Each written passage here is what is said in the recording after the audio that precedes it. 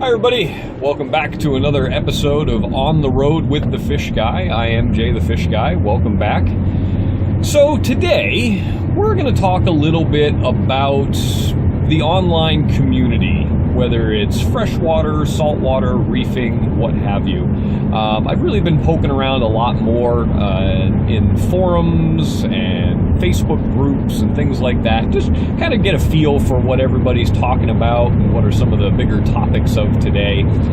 And a recurring theme that I'm seeing, which really has me bothered, is, and it's especially with the Facebook groups for some reason, and I'll get into that in a little bit, but just the negativity. I know that's always been around online. You get your so-called, forum trolls or whatever, but just the negativity when somebody asks a question, can you do this? And they may even not mean to be negative, but to immediately slap somebody down and say, no, you can't do that in this hobby is a little much.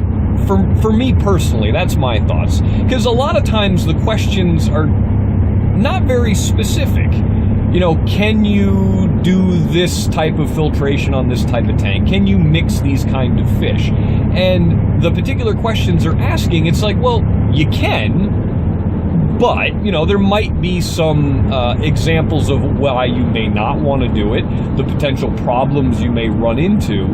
But to just straight up tell somebody that you can't do it, and then be negative if somebody suggests otherwise, it's ridiculous. Because the cool thing about this hobby, and what makes it so interesting, at least for me, is that there isn't just one way to do something. And that's whether you're talking about how big a tank something can go in, how to filter something, what fish can go with what fish, that's always a big debate. Everybody's tank is unique.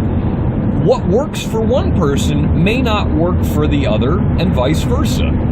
And people just seem so close-minded as far as, well, this is the way I've always done it. Someone somewhere in their mind was an expert and told them they couldn't do it any way else, and then that is what they repeat forever. And they'll go down swinging to fight somebody that tells them otherwise. And, trying to put myself in the shoes of a new hobbyist,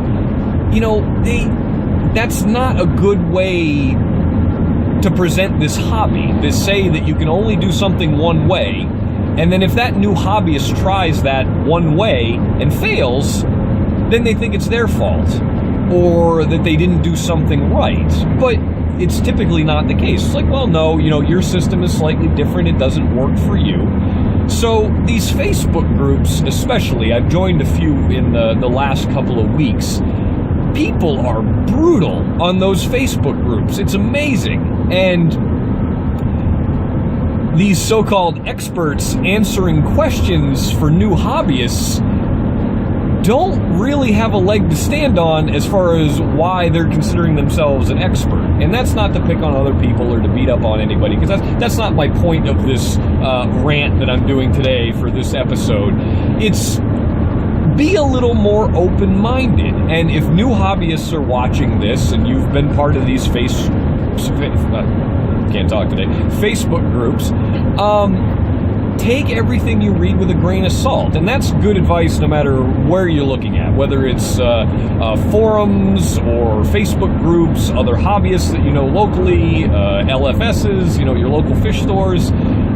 Take everything with a little grain of salt. If you can find 3 or 4 people amongst all these sources that generally agree on the same idea, it's probably true.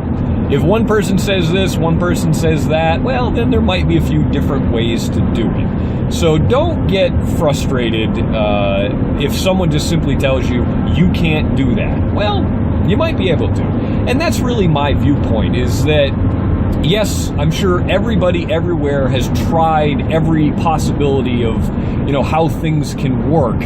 But again, everybody's different. So that's how we innovate in this hobby. That's how we learn new things. And granted, again, we're getting close to running out of new ideas, obviously, but, try it. if you're risking the life of an animal, well, then you really might want to, think about it, especially if you're mixing aggressive species or fish that might be potentially, going to kill each other. So that's a concern. We don't want to waste life needlessly.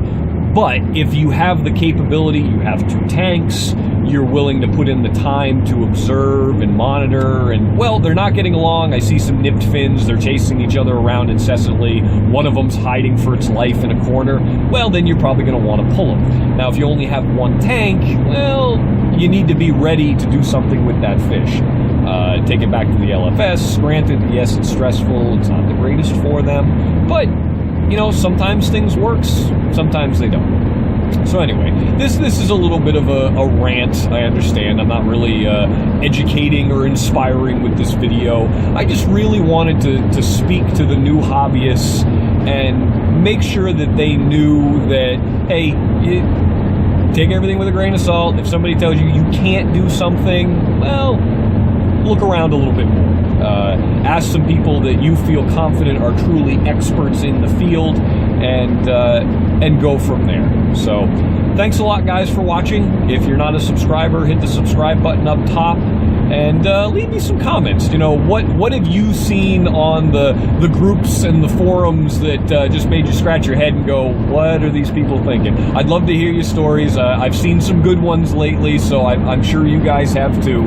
Again, thanks a lot for watching, and we'll see you next time. Thanks, guys.